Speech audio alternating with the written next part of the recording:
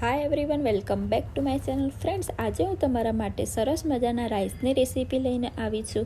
તો આ રેસીપી માટે મેં 1 વાટકી બાસમતી ચોખા લઈ લીધા છે. ત્યાર પછી ચોખાને સરસ પાણીથી ધોઈ દેવાના છે. ત્યાર પછી ચોખાને પાણીથી ધોઈને થોડીવાર પલાળી રાખવાના છે. લગભગ 5 થી 6 મિનિટ સુધી તેને પલાળી રાખવાના છે. જ્યારે આપણે ફટાફટ કંઈક બનાવવાનું હોય ત્યારે આ રેસીપીથી તમે આ રાઈસ સરસ રીતે બનાવી શકો છો અને આ રાઈસની રેસીપી સૌ કોઈને ખૂબ જ ભાવશે. તો ફ્રેન્ડ્સ, અહીં મેં રાઈસને સરસ 2 પાણીથી ધોઈ દીધા છે. હવે બધું જ પાણી આપણે નિતારી લેવાનું છે અને ત્યાર પછી રાઈસને થોડું પાણી ચોખ્ખું એડ કરીને થોડીવાર પલાળી રાખવાના છે.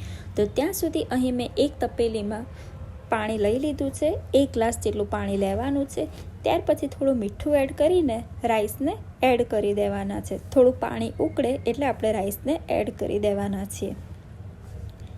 તો અહીં બધા જ રાઈસ મેં લઈ લીધા છે. હવે આપણે રાઈસને થોડીવાર ધીમા ગેસે થવા દેવાના છે. ત્યાર પછી રાઈસને મીડિયમ ગેસે થવા દેવાના છે. ફ્રેન્ડ્સ, તમે તમારી રેસીપીથી રાઈસ બનાવી શકો છો. આપણે પહેલાં સાદા જ રાઈસ બનાવી લેવાના છે. તમને જે રીત અનુકૂળ આવે તે રીતે સાદા રાઈસ પહેલાં બનાવી લેવાના છે. ત્યાર પછી જે વઘારની રેસીપી હોય છે તે વઘારથી આજે આપણે આ રાઈસ બનાવવાના છીએ. તો ફ્રેન્ડ્સ, અહીં એક ઉભરો આવી ગયો છે. તો હવે રાઈસને મેં બરાબર હલાવી લીધા હતા અને ધીમા જ ગેસે રાઈસને થવા દીધા હતા. તો રાઈસ આપણા સરસ મજાના છૂટા થઈ ગયા છે. તો હવે રાઈસને થોડીવાર ઢાંકીને આપણે બફાવા દેવાના છે અને જ્યારે આપણે રાઈસને ઢાંકીએ છીએ ત્યારે ગેસ આપણે બંધ કરી દેવાનો છે. તો બસ ફ્રેન્ડ્સ, આપણા રાઈસ સરસ મજાના થઈ ગયા છે. અહીં મેં રાઈસને કલાક સુધી ઠંડા થવા દીધા હતા, પણ જો તમે ઠંડા ન થવા દેશો તો પણ આ રેસીપી ખૂબ જ સરસ બનશે. તો બસ ફ્રેન્ડ્સ, હવે આપણે વઘારની રેસીપી જોઈ લઈએ. તો વઘાર માટે મેં એક નોનસ્ટિક પેન લઈ લીધી છે. નોનસ્ટિક પેનમાં 2 પરી જેટલું તેલ એડ કરવાનું છે અને 1 પરી જેટલું ઘી એડ કરી દેવાનું છે. અને સરસ મજાનું આ રીતનું તેલ આપણું ગરમ થઈ જાય ત્યાર પછી તેમાં આપણે બધા મસાલા એડ કરવાના છે. તો અહીં મેં અડધી વાટકી કાજુ, લીલી ડુંગળી, કોથમીર, લસણ, ગાજર અને મીઠો લીમડો લઈ લીધો છે. તમને જે પણ વેજીટેબલ સરસ લાગતા હોય તે બધા તમે આમાં એડ કરી શકો છો.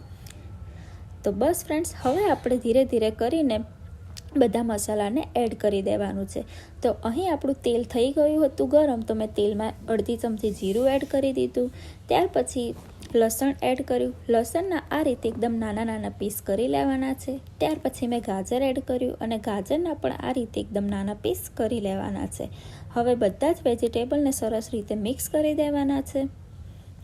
ત્યાર પછી આપણે લીલી ડુંગળી એડ કરવાની છે અને ત્યાર પછી મીઠો લીમડો એડ કરી દેવાનો છે. તો અહીં મેં થોડી લીલી ડુંગળી એડ કરી છે અને થોડી લીલી ડુંગળી રાખી છે. થોડી લીલી ડુંગળી આપણે રાઈસની ઉપર ગાર્નિશ કરી દેવાની છે. જ્યારે આપણા રાઈસ બની જાય ત્યારે તેને ઉપર એડ કરી દેવાની છે. તો ફ્રેન્ડ્સ, ધીમા જ ગેસે અહીં મેં બધા વેજીટેબલને શેકી લીધા છે.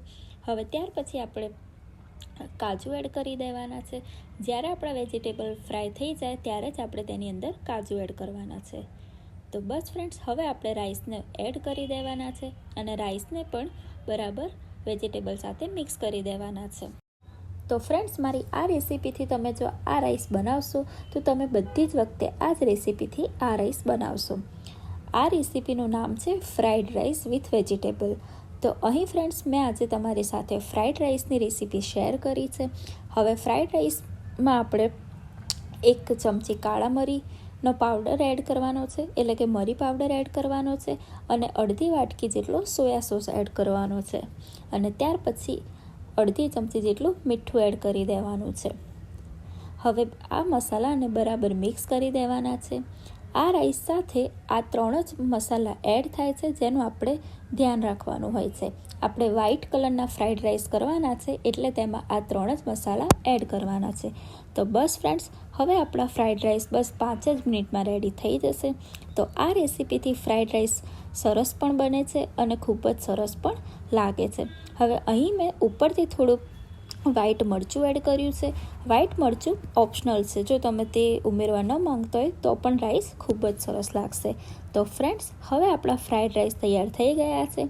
તો આપણે તેને ધીમા ગેસે 2 થી 3 મિનિટ સુધી આ રીતે શેકાવા દેવાના છે. ત્યાર પછી ગેસ બંધ કરી દેવાનો છે અને ઉપરથી થોડી લીલી ડુંગળી જે આપણે એક્સ્ટ્રા રાખી હતી તે ઉમેરી દેવાની છે અને ત્યાર પછી આપણે કોથમીર ઉમેરી દેવાની છે. તો ફ્રેન્ડ્સ, આપણા ફ્રાઈડ રાઈસ કેવા સરસ લાગે છે તે તમે વિડીયોમાં જોઈ શકો છો. તો ફ્રેન્ડ્સ, આ ફ્રાઈડ રાઈસ ખાવામાં ખૂબ જ સરસ લાગે છે અને ફ્રેન્ડ્સ, આ રેસીપીથી તમે ઘરે અવશ્ય ફ્રાઈડ રાઈસ ટ્રાય કરજો. આ ફ્રાઈડ રાઈસ તમને દરેક વખતે ખૂબ જ સરસ લાગશે અને તમારી ફેમિલીને પણ આ ફ્રાઈડ રાઈસ ખૂબ જ સરસ લાગશે અને ખાવામાં પણ ખૂબ જ મજા આવશે. નાઇટના ડિનરમાં તમે આ ફ્રાઈડ રાઈસ બનાવી શકો છો. અને ફ્રેન્ડ્સ, તમને મારા આ ફ્રાઈડ રાઈસની રેસીપી કેવી લાગી તે મને કમેન્ટ કરીને અવશ્યથી કહેજો. અને જો તમને મારા આ ફ્રાઈડ રાઈસની રેસીપી ગમી હોય તો વિડીયોને લાઇક, શેર અને કમેન્ટ અવશ્યથી કરી દેજો. Thank you.